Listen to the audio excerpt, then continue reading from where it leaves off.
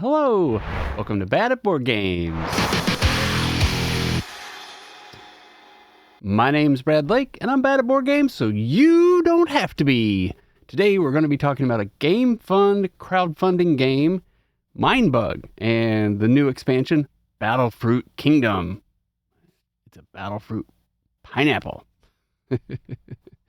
Stick around if you want to find out what my original BGG rating of this game is from 2022. They've had several expansions. I'll also go over what I think about this expansion, what it's bringing to the game. And this is kind of one of those games I would say it's a filler game. It's great for you and your kids. If you're wanting to sit down and have some time with them, this is one of those games that I would recommend for that. So if you're interested, stick around. I'll have some B-roll over this so you can see what some of the new cards are, what the art is, and just see if it's something you would be interested in. This game is from a German manufacturer, Nerd Lab Games, and it was designed by four people. I'm not going to go. I'm lazy. And artist is Dennis Martinez, I think. If I butchered your name, I apologize.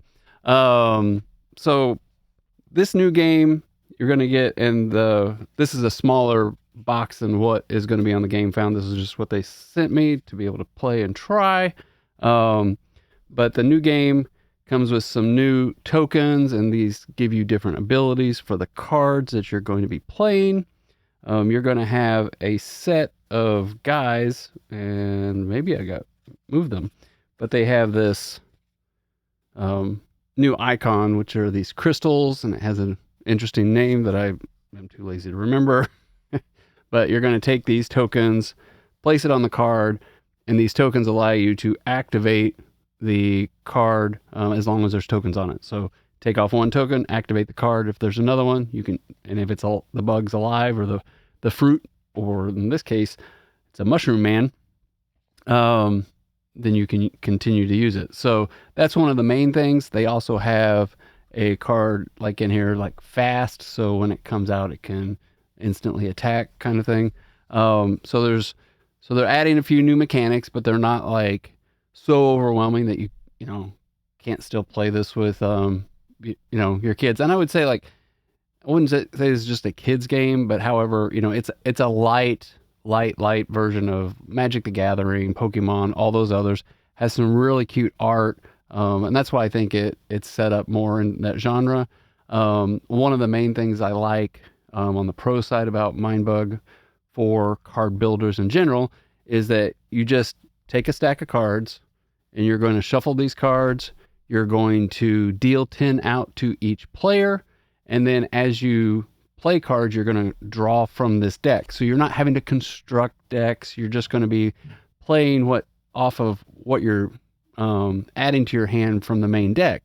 So, you don't have to go and research and try to find the best meta and stuff like that. You're just going to be playing with what you draw. So it makes it fun in that way, and it makes it less like, you don't have to like all the things that, the super competitive card battler games are. They kind of like strip that down and just get to some of the fun of it. In Mindbug, you're going to have 3 health points. And when a monster gets through maybe yours or you don't have any, you're going to lose 1 point. So even if the monster does like 5 damage or 10 damage, you are just going to take 1 point of damage. And then there's other creatures and pineapples and all those kinds of things that, can give you some health back. So it's just this like tug of war and to see who can beat the other first. And this is the kind of game where it's like you can play best out of 3, enjoy it, quick to bring out, small box games so that you can take it with you on vacations. You can play at a coffee shop or, wherever with your kids. And I guess I emphasize that because I see this as that kind of game. I've played it with my stepson. I've played it with my stepdaughter. It's just one of those kind of fun and quirky and cute games that go along with it. But it gives you enough of I'm attacking you, or I blocked this, or, there's a lot of different abilities, and they tell you what it is right on the card. You don't have to go like look at a bunch of rules. But if you do have to, the rule book is pretty small, and they have good examples. So, when I first saw this, and I hadn't played it yet, and they hadn't reached out to me, a couple years ago, or whenever I did my first one, I was kind of like, this doesn't seem like it's for me. Alex was big on it, but it has a niche, right? So if you're looking for something portable, if you're looking for a card game where two people can get together and play a couple games and have fun, could be you and your spouse, could be a couple teenagers, could be you and your kids, this is who this is for. If you're the Magic the Gathering, or even Star Wars Unlimited, or Pokemon, or any of those other kind of card battler games, this may not be for you, but it may be enough for you to then try to get somebody oh, this is kind of fun. Maybe I want something else. And what they're doing with the expansions, just like all battle card games, is they're giving you a little bit more. They're giving you a little bit extra to make that tug of war, push and pull to win the game and defeat the other player. More things, more randomness, more things that come up. So if you like randomness, then this could be something for you. If you absolutely don't like randomness and you're hardcore Euro gamer, this is not for you.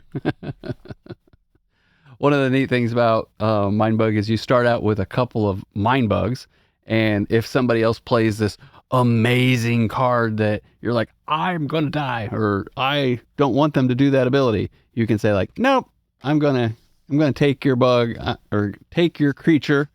This one is the Popcorn Monster, and I'm going to bring it over to my side, so you cannot attack me. You may not have any sitting on your side, or you may just not want his hunter ability to come out and do nasty things to you. So there's that push and pull with it, but you only get 2 of these, so you need to make sure that you use them correctly in your game, because you only have 3 health points. Now you can have more. This spinner goes up to 7, but there's no maximum of what you can have. I haven't ever seen it go past 7. But you're gonna have bugs that heal you, and they're trying to beat you. But the look of it, I think it's nice. I think they have the luchador, which is this Mexican wrestler with he's like a bull. I don't know. The art is fun and whimsical. And the new expansions, they work with the base game. So you can now have a bigger deck of cards. You can shuffle them all up. The other nice thing about it is you can just play this. If you've never gotten the first Mindbug, you can just get the expansion, and you don't need the original. It's standalone, or you can play with extra cards. So it gives it that flexibility. You don't feel like you have to go, oh, I got to go buy the $20 thing and the this thing and the that thing, and now I've spent $100 on a bunch of cards. You don't have to do that. But they want you to, and after you play one, you may think you need to as well. That's how games work. At least if we like them, right? I'm trying to think of anything else. Cons to this game. The other side of it is it's not a big complex Magic the Gathering. If you're looking for that kind of thing, this is not that game. I'm big right now into Star Wars Unlimited, and I'm enjoying that, but that isn't necessarily for people either. So this is kind of one of those gateway bridged games that allow you to get into a card game, that allow you to get into a battling card game. And it happens quickly. You can play this in 10, 15 minutes, and you might be able to play multiple games in 10 to 20, 30 minutes.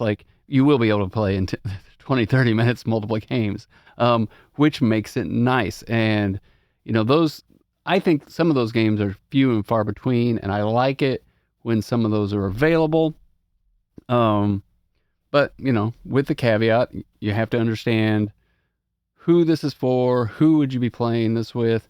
I think the price that they have for these is very reasonable. I think the enjoyment you can get out of it with somebody else is worth the money that you're paying. And it's one of those that was kind of a surprise for me. It was I wasn't expecting to like this. I like Lacerdas. I like blah, blah, blah, blah, blah. Gamer snob, right? But then when some of these come along and you try them out and like, this is cute. This is fun. And I'm enjoying it. Like I'm having fun with it, right? So, check it out. See what you think. I'm going to, hopefully I'll have enough B-roll over this where you can see some of the cards, see what you think of the art, see what you think of some of the abilities that are going on with this, and let me know what you think. Do you have Mindbug? Is this something that you have played? Is it something, are your kids getting into that age where you're wanting to, have some games that they would enjoy? This isn't that hard.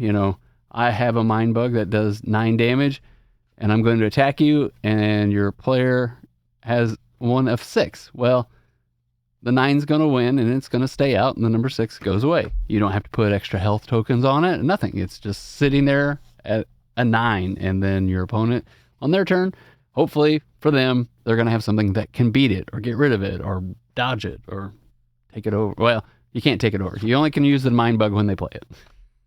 After it's been out a little while. No go.